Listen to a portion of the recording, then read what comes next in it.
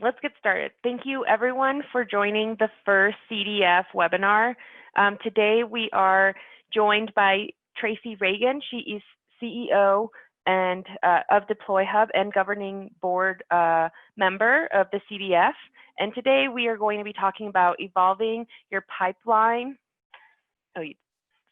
Evolving your pipeline for microservices with DeployHub. Welcome, Tracy. So I'm going to tell you a little bit about myself while we have some folks joining. I am a huge fan of microservices. I think this is a super exciting time to be in software. And I'm not new to open source. I was a founding member of the Eclipse Foundation, which was a very interesting experience, and was recruited by Tracy Miranda about 2 years ago when they first started thinking about creating the CD Foundation. And I was honored to be recruited by them. And I'm working very hard for the CD Foundation these days because it's a very important aspect of microservices, believe it or not. You know, in terms of who I am, I live in this beautiful state of New Mexico. That right-hand side down there is the road to my house.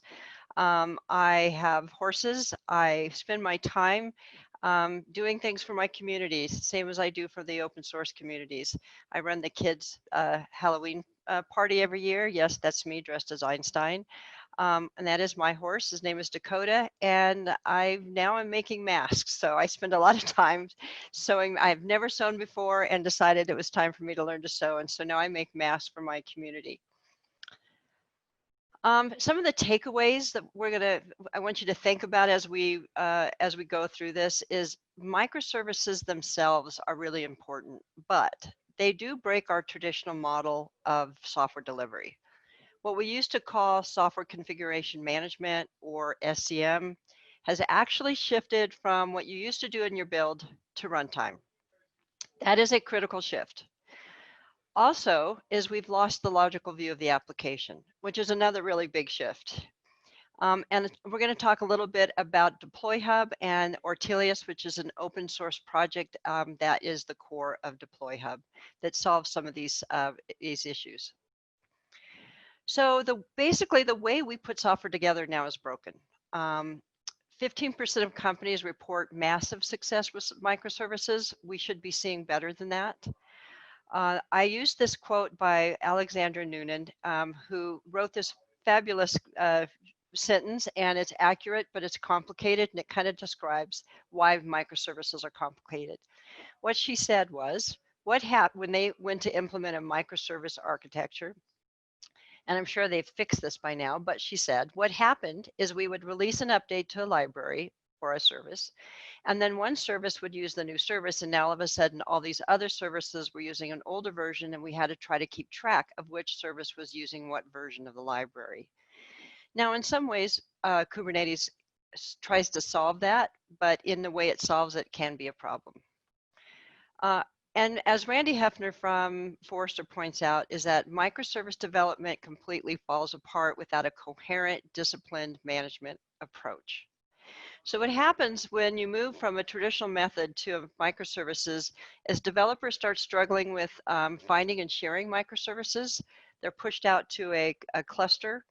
I've had some people tell me if they're Java developers and they're using Spring Boot, they try to use the Spring Boot microservice registry to figure out what's out there that they may be able to use. And DevOps teams themselves can only see a small part of the picture, because now they're thinking about pushing microservices out to a cluster or out to your production environment, which may have impact on multiple applications, even though we don't know what the application is anymore because it's gone. And what happens is this business agility that we've been promised in the world of microservices is actually broken as we get more and more complexity around moving things to production in a function-based architecture. So the first place I like to start in describing this particular problem set and what you're going to be facing as your CD pipeline starts to evolve is the build. We all have to remember where we came from. We came from the build. CI, CD is still talked about. We talk about continuous delivery seldom without saying CI, CD. Continuous integration was the process of doing a source code check-in and automatically checking it out and kicking off our compile process. Now, why did we do that? Well, we did that because we wanted a build to be happening on a high frequency basis. So if a piece of code branched and no longer could link properly, we would know it on a daily basis or every hour, as opposed to every 2 weeks or a month. There were days that when we would compile, I worked on projects where we would submit our code and we had a poor person sitting in the corner who worried about builds once a month, and they would have to pull it all together. Continuous integration changed that. And at that point in time, you made really important decisions about what went into your build. With microservices, we lose that concept. Builds are small. Sometimes they're written in Python. Python isn't compiled. It's function-based, and there is no linking.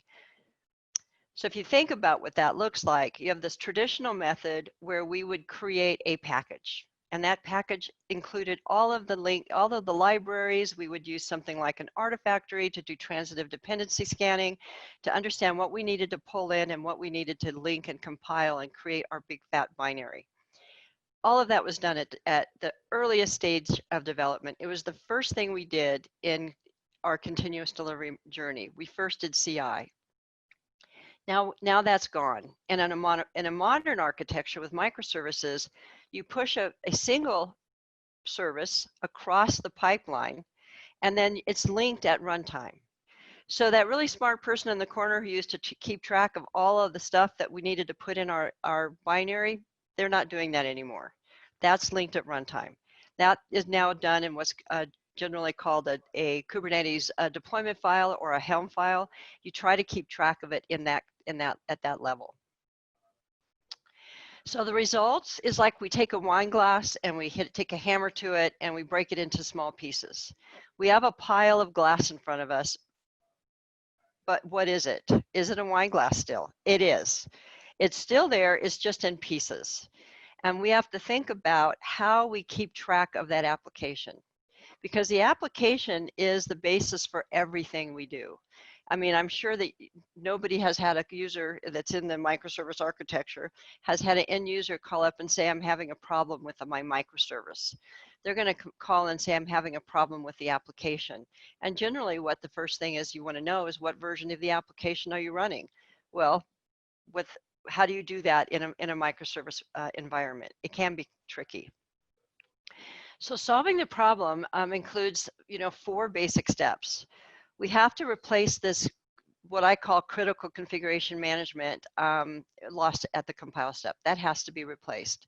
We still want our traditional BOM reports. We still need to be able to do impact analysis. We are still delivering an application to our end users, even though it's made up of a number of microservices. I've been doing a lot of talking to people. I've been reaching out to folks to really find out this problem set. And generally, most people are telling me that their applications built around microservice include somewhere between 60 and 150 microservices. So that's the level of complexity. I've had bigger ones. I've heard people say 300. So being able to track the logical view of the application with versioning is important, because we don't want to throw the baby out with the bathwater. We need to be able to map the dependency relationships of microservices back to the logical application, and we still need to be able to say, for this microservice, these applications are consuming it. And the reason why we need to do that is because if this microservice changes, it has an impact on multiple applications, which changes what we have to do in the CD pipeline. So for example, if you have a high-risk security microservice that everybody in your organization is using for their application, that gets updated, I'm guessing most application teams would probably like to retest their application. How do we filter that through the pipeline? How do we say this change in this microservice has impacted all of these applications? And then there's a problem with cataloging and sharing services. As I pointed out, some people tell me that they use a microservice registry, but that's after the fact. So it has to be written and then pushed out to the cluster, and then you might be able to find that it exists. But you only recognize it because somebody may have told you the name of it. It doesn't have good information about the problem space that it solves. So it can be difficult to know what microservices that you have available to you if you're depending only on what was pushed out to the cluster. So we're going to talk a little bit about DeployHub and our Ortelius open source project, which is the core of DeployHub. We have, in terms of what DeployHub does, most of it is in the Ortelius open source. It's a SaaS-based hub for sharing and managing and releasing microservices. It tracks and shows this logical application map to simplify the complexity of the microservices so you can actually achieve that agility that you're shooting for.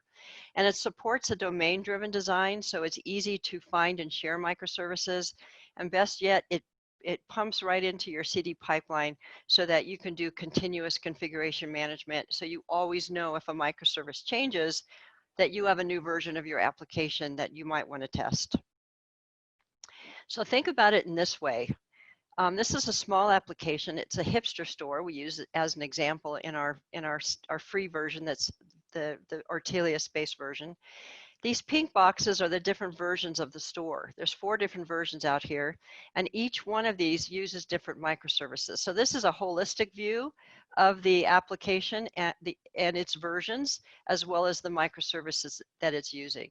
You can drive down and just look at one version and see what it consumes, and you can do diffs. So think about what we're delivering here from an open source perspective as we're delivering your diff report and your BOM report, your bill of material report. It's still as essential today as it was in the traditional model, because that's what we do all of our impact analysis, all of our user management, and that's how we see our application. So to evolve the pipeline, what you're going to need to be able to do is each microservice is going to be independently deployable, which means it should have its own workflow. A monolithic would put everything into that workflow and push it across. So all the components would be pushed across all together, and you really can't do that in microservices.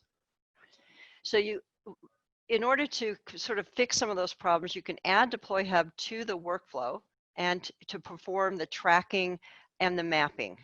So every time your workflow pushes a new microservice across the CD pipeline, you can automatically you call DeployHub or the Ortelius core to auto increment the microservice, and then it auto increments the application. And then it provides you some clean dashboards so you can see your diff and you can see your BOM and you can see your logs. And in terms of doing the actual deployment, it uses the stuff that everybody is comfortable with, such as Helm or Ansible, to do the actual push. Our core service, though, is tracking the metadata associated to a microservice, tracking the relationships it has with the application, and then pushing it out to Helm or Ansible to do the push. You can think of it as an internal marketplace for microservices. So how it works. So the API developer publishes their microservice to the domain catalog. This allows anybody who's at the application level to find it based on solution spaces, such as security or cart tools, or if you're an online store, or end user data, being able to get end user information. That could be just a set of microservices that have already got all the SQL in it. And all the metadata about that microservice is collected. Things like the git commit, the SHA number of the container registry. There's a whole host of low-level details that's needed to redeploy it, including like the version of the Helm chart that was used. When application developers first interact with DeployHub, they define their application based on the microservices. We call that the base version of the application. After that base version is collected, DeployHub does its versioning and engine, DeployHub's versioning engine kicks in and starts the mapping. So it starts tracking the application and who's consuming it, and it can track a component and show which applications are dependent upon it. Once that's done, we send it off to Ansible and Helm into the cluster to produce the maps. So what your pipeline ends up looking like from a high level view is, instead of this a CI step here, your CI step is basically building your container image. And again, there may be a compile step to it. You might be using Go. You still might be using Java. But if you're using JavaScript, obviously that's a different story. But it's going to be a small step. Once you do that, you're going to put it into some kind of a registry. Most companies are using like a Quay or a Docker registry. Some companies are using like an internal sonotype to track their binaries. I've even heard some people checking it into Git, which is a viable place. But some of the container registries are actually specific for registering containers, and if you haven't looked at one, you should definitely take a look at some of those container registries. I like Quay. That's spelled Q-U-A-Y, Quay. Once that's done, your CD pipeline needs to start tracking your service to application configurations. That's where the critical piece is for the SCM. Now, I've left out some of the other stuff like security scanning and testing. There are other steps that are in here, but this little picture could get really confusing, and we're just going to talk about the SCM part of it and how you register your Docker container. So once DeployHub's done that tracking for you, it's ready to go and be pushed out to your cluster, dev, test, prod, and most companies have literally lots of clusters. I've heard people saying that they have, each development team has a cluster. Sometimes they say each developer has a cluster. They're managing their own cluster to do the testing. Well, that's even more reason why you need something like DeployHub to centralize the container, so that anytime that deployment's done exactly the same. So it's done regardless if it's moving into dev, test, or prod, or some other collection of clusters that people are using. Then we collect feedback. We might have problem tickets opened against your application running now as a result of these microservices being deployed. And you use DeployHub to do that configuration reporting and being able to identify the impact. So for example, if you have an application that's running out there and you've borrowed a stack of microservices from external teams, the API development teams, and that gets pushed across and you don't know it and your application stops working, you can use DeployHub to see what changed before the deployment actually even occurred. So you could actually do impact analysis and understand that it's being pushed out before it actually goes. You also have a way to subscribe. So you could subscribe to a set of microservices and know beforehand that they're starting to move across the pipeline. So think about it in this way. Okay, so now you have, we're going to just talk about this little hipster store and break it into from a monolithic to microservices. In this example, your current CD process, this could be a Circle CI, it could be a Jenkins, it could be a Jenkins X or a Spinnaker. Your repos though are going to be broken out. You're no longer going to have one big workflow that manages all of them. And we can talk about that if anybody has questions on it. But there's a good reason for it. And the main core reason is because these microservices are deployed independently. We're not talking about taking that old package, that box that had everything in it, and pushing it out together. Each little function is going to go out independently. So what DeployHub does before it goes out to your clusters is it aggregates that information back, showing you what the application looks like based on an application version. And it actually does the versioning for you. Anytime, let's say the front end repo goes out, and that's probably the most common thing to be pushed out, and that's what the application team would be working on, and they're going to know what's in it and what they've changed for the most part. But if something at the payment service or the security repo changes and they're borrowing those microservices, they still are going to have the visibility about what happened. And that is probably the most important concept to kind of put your brain around, is how do you see what's happening, not just at the Kubernetes cluster level, but actually what's happening at your application level, because these are many moving parts now being pushed out to the cluster on a high frequency basis, and how do you keep track of that?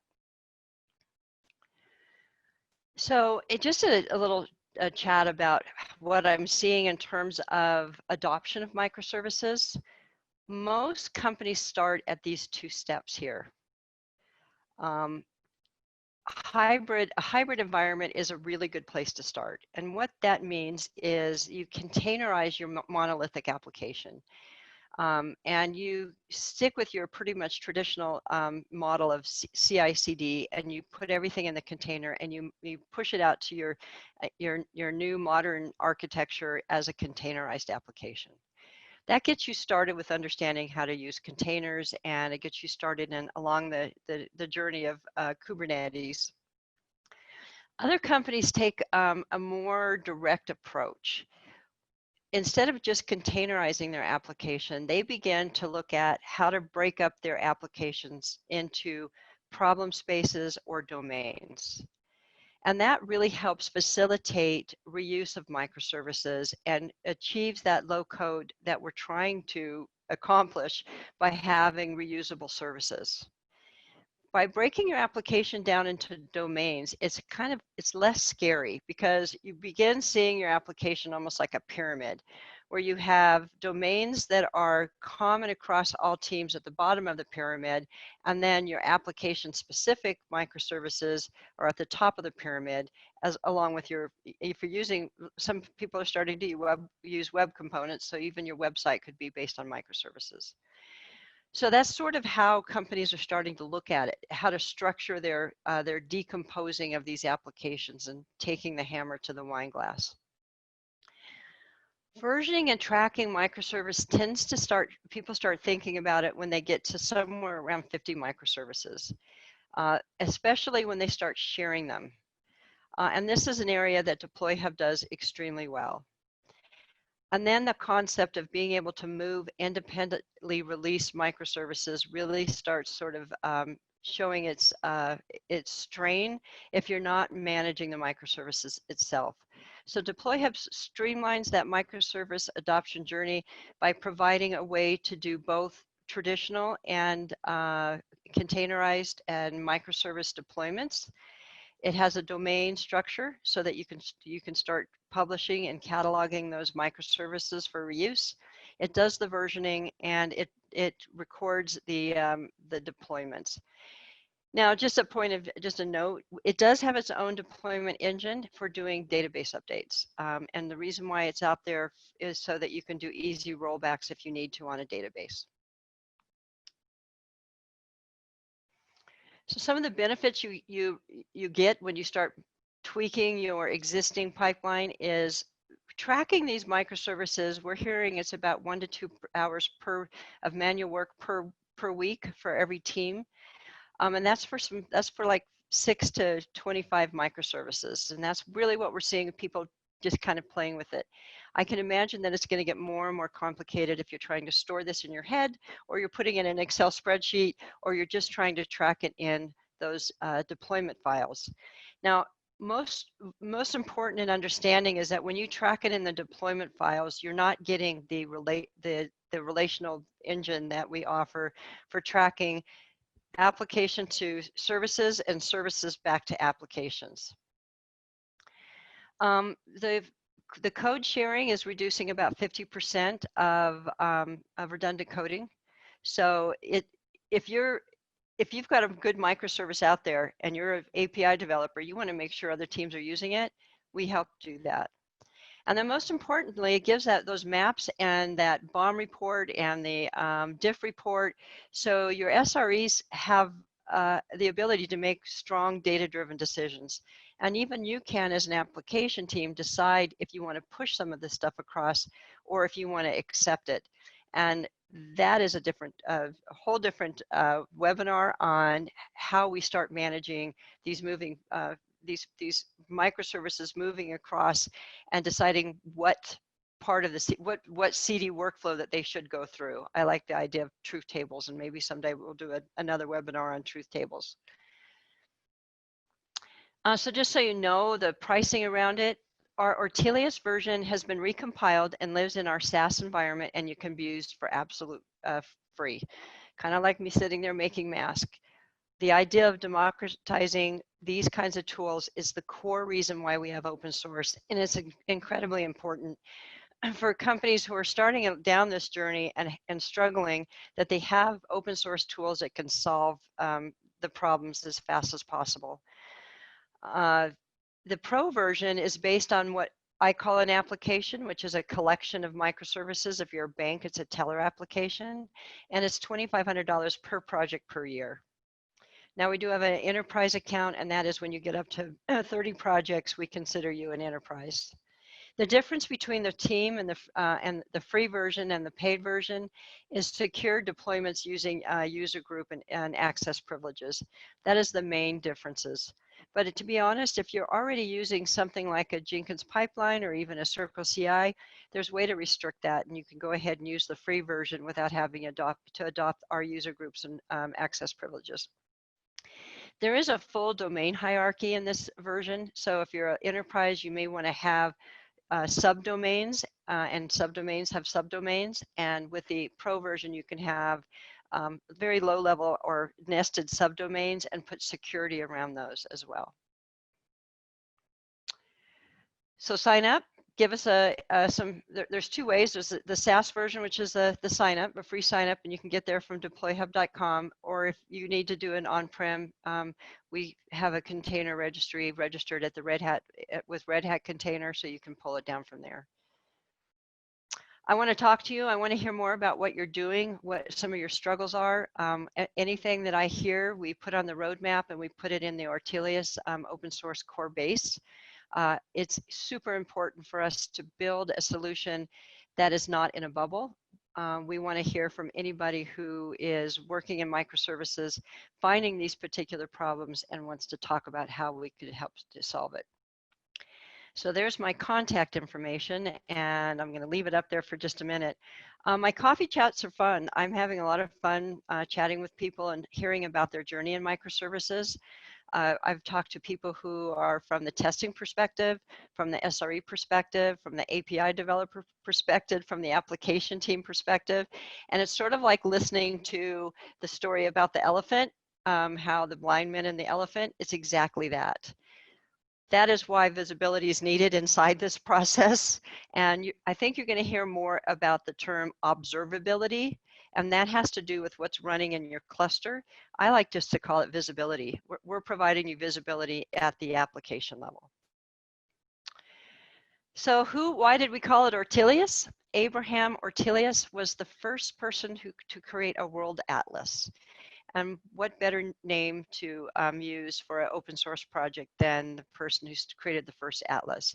If you have ever looked at if you go out on Google, it's fun, and look at the Netflix Death Star, you'll get an idea of what we're mapping. It is this massive ball with thousands of points in it. And in those thousands of points are constellations, and those constellations are your applications. And that's what Ortelius and DeployHub is giving you. It's allowing you to map what those constellations look like. We need your help. Everyone does see a different part of the landscape for this mapping. So if you're interested, check us out at on GitHub. And if you think what we're doing is cool, give us a star, talk to us about becoming a committer or even ambassador. And thank you. And on that, I will leave it open for questions. Okay, we did have a few questions come in over the Q&A, so let me just read the first one. Okay. Is the Ortelius map a control mechanism for microservice connections? No, it does not do that. It doesn't do routing like an Istio would. It happens before it even goes out to the cluster. So what we're doing in the same way is when you ran your compile process in your monolithic way, you created a bill of material report that showed everything that went into your binary. That way, when you did another one, you could do a diff report and see what changed. That's the level of information that we're working with. It's before it goes out to the production environment, or any environment for that matter. Okay. The next question is, how does one measure redundant coding? Yeah, that's a great question. So the folks that we have spoken to, what they're trying to do before they're using something like a Ortelius or a DeployHub is they try to look at the registry and they try to figure out how many, for example, microservices have been deployed to repeat to do the same function. So is each team writing their own security routines? Is each team writing their own customer account information routines? And that's how they began building out domains. So the question that you ask can oftentimes be the answer to what domains you need to build. So what you start finding is once they're deployed and they're labeled in your Kubernetes cluster, how many microservices are actually being reused? If they're not being reused, and you see that through the transactions, you have a general idea that you don't have a good reuse strategy in your organization. So that's two ways to do that. And again, by doing that, you actually start building your domain structure because you can see what should have been reused, and is not. Okay. All right. So this, it looks like, is a follow-up to the first question about the Ortelius map as a control mechanism for microservice connections. It says, furthermore, I mean control as in Istio and Cube, CTL, Yamo. We're not competing against any kind of the control of the connections between the microservices and the API is left out to Kubernetes and Istio. We're not touching that. Again, we're doing it before it goes out to the cluster. Okay, and then the following question is, have you used the, and I might mispronounce this, Kylie tool in Istio for dynamic service mesh monitoring? No, we have not. I've not used that, but we have played with Istio quite a bit, and there's some interesting things that are happening with Istio that we believe we're going to be able to help solve. And let me just blow everybody's mind for a minute, because I say this and I'm in person, people look at me like I'm green. So in the idea of Kubernetes, you have a cluster, and anything that is deployed to the cluster is immutable, meaning it doesn't get deleted, it doesn't get deprecated until somebody goes out and does that. In our monolithic, we always copied over what we had a jar file, we copied over the jar file. That doesn't happen in this world. So there is an opportunity for something like Istio to manage our dev test prod environments, because think of it as routing. So for example, you could have a cluster that supports dev and test. And when a dev pushes it out, it routes it to dev personas. At the same time, testing could be running in it. And actually, at the same time, production could be running in it. I know that's a scary thought, but I believe that companies are going to come to this. Now, we did a meetup with a company called Descartes Labs. They presented how they were using Spinnaker. And they came to this conclusion. They said they had so many clusters, they were really getting confused about who was using the cluster. And they started pushing internally the SREs to push the dev and test cluster to just one. And they got a lot of pushback. They built out some work with Spinnaker to try to track the kind of application tracking that we're doing. And they got it to a point where they were just managing dev and test in a single cluster. That is a huge cost saving, and it's a huge headache save for any SRE who's trying to manage clusters. Now, the reason why I bring this up is because with DeployHub's ability to version an application and understand which microservices it uses, we're doing some testing now with a beta customer to be able to say, take this application and route it to these individuals, because we know which microservices that should be consumed by that particular application version. So you could have a version 5 could be hit by the testers, and version 10 could be hit by the development teams.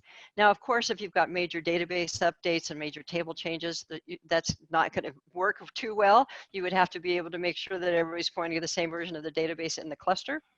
But it's something that we're I believe will happen more and more over time, because I think that the use of microservices and the continuing growth of all these clusters is becoming a problem. That was a long question, a long answer probably to what that question wasn't about, but I wanted to bring it up. Okay. Do we have any more questions on the line? If you guys want to type them in. I've got a few more questions that I had prepared. So Tracy, would you consider DeployHub a microservice registry? No. So there are tools like Spring Boot has a microservice registry where you can go look in the registry itself to see what's running in your cluster. We're not necessarily registering microservices. In our world, a microservice, there's no reason to deploy a microservice if nobody's consuming it, right? What's the point of having a microservice out there if nobody's running it? And that's sort of how we're treating microservices today. I call it the kitchen junk drawer. You have a microservice, you throw it out there. The registry tracks what's being thrown out there and how it was thrown out. But it doesn't really create a catalog that says this microservice is used for this particular reason. And we're doing that up front. Again, think of it as a marketplace where you're able to think about a Bitnami. A Bitnami is a central location that you can go and download these packages. You can download Jenkins, for example. Microservices have the same need, but they're organizational specific. They're not complete packages. They're reusable functions. So what we're doing is we're creating like a Bitnami for internal microservices so that you can publish, share, and track them before they get deployed. Once they're deployed, then the registry will acknowledge that they're there, but you're going to know the relationships long before it ever gets to the registry. And the registry doesn't do the actual relationship tracking. That you have to do through a log tool that's actually tracking the API connections and the transactions between them. Okay, so we've got another question from the chat. It says, service mesh can easily get into a combinatorial explosion of connections, which after can alter behavior depending on context in the flow of services. How does Ortelius deal with the actual context and usages? So the context and usages is what the domain is about. So a microservice has a function, and it should belong to a problem space.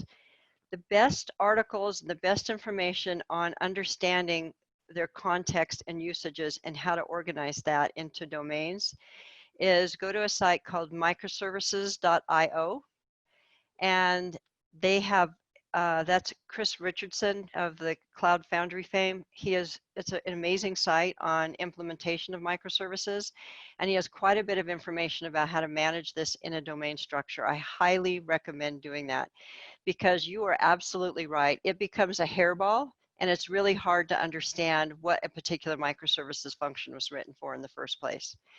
This is part of what we built around the domain structure for Ortelius, is so that you could publish them to a domain structure with all of its critical deployment data, and any application team could reuse it. But check out the microservices.io and read about domain-driven design.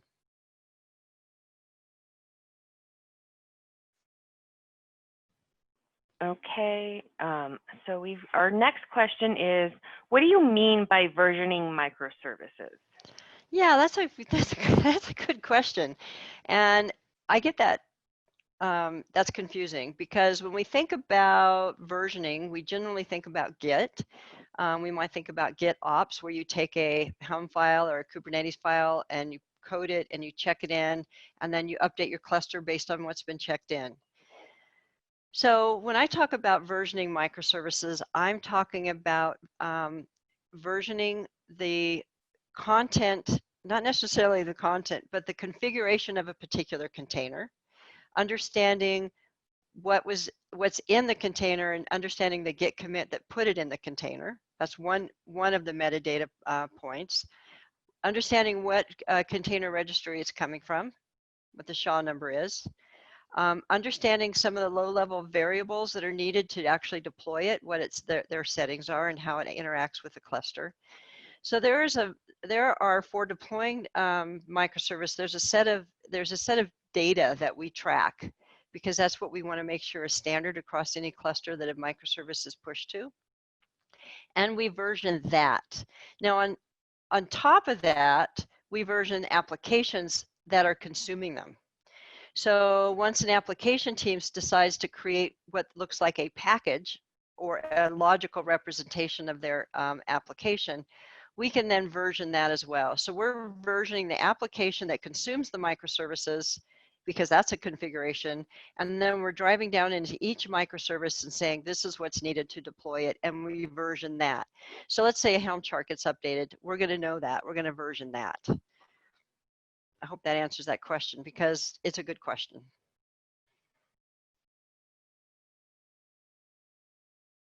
Okay, and what do you, I'm not sure I understand critical configuration management data being lost in the build step. So can you go into detail about that? So like I was saying earlier when I talked about the build step, when we were in our monolithic days and we were doing CI, we had this goal always of doing 10-minute builds, and we had someone who managed the compile scripts, whether they were written in a Maven-like or a Gradle or Ant or Make. Somebody wrote those scripts and made some really important decisions about what needed to go into that binary in order for that executable jar file, whatever it might be, to run. That is really critical information, because when you have a change, you need to know what changed. In the microservices world, we lose that. We lose that configuration information. Now, you could argue, well, it's out there, it's running in the cluster, and we could look at log transactions and see the transactions between microservices. But that doesn't give you help if you're an application team and your application suddenly stops working and you have no idea why, especially if you didn't even do a new release. So a new microservice came along and you have no idea why your application is broken. How do you find that information out? That's the level of critical software configuration management data that has been thrown out with microservices, and that's what we're putting back into it. Okay. We've got another question from the chat. Does Ortelius have, or will it have, Autodiscovery to build maps from running applications? Yeah, wouldn't that be cool? It needs to be psychic to do it, I'm afraid. I think that we have been looking at that. We can probably do it depending on how clean the backward auto discovery would be, how clean it is, how well the labels are managed in the Kubernetes cluster to be able to do that. But when we do it that way, we could potentially create the base version of the application, but there's going to be stuff that's not out there in the cluster that we don't have. For example, a Git commit. But that being said, potentially if we auto-discovered it and built the application initially, based potentially on something like a label, then the next time that it runs, it could update it. And that would be a great, one of the discussions about the open source is potentially having the open source community build that, because then we'll know how they want it built. So that's a good question, and yes, we're thinking about how to do that, and it's potentially a part of the open source project for that interoperability between what's lower level at the Kubernetes side to tell us what application's actually running. Thank you. And then our next question is, why can't we use our application workflow to manage all of the microservices that my application consumes? Yeah, frustrating, right? Because if you do that, you're going to end up being monolithic. Because what happens in a workflow is everything's kind of done for everything in that monolithic. So let's say you have a single repository and you have all these different microservices that you're trying to manage. If you have one workflow, they're all going to be pushed out at the same time.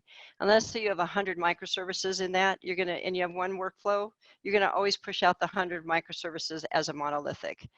So the only way to break your habit from doing a monolithic deployment is to break it up into single workflows so that every microservice can go out independently. And that is the goal.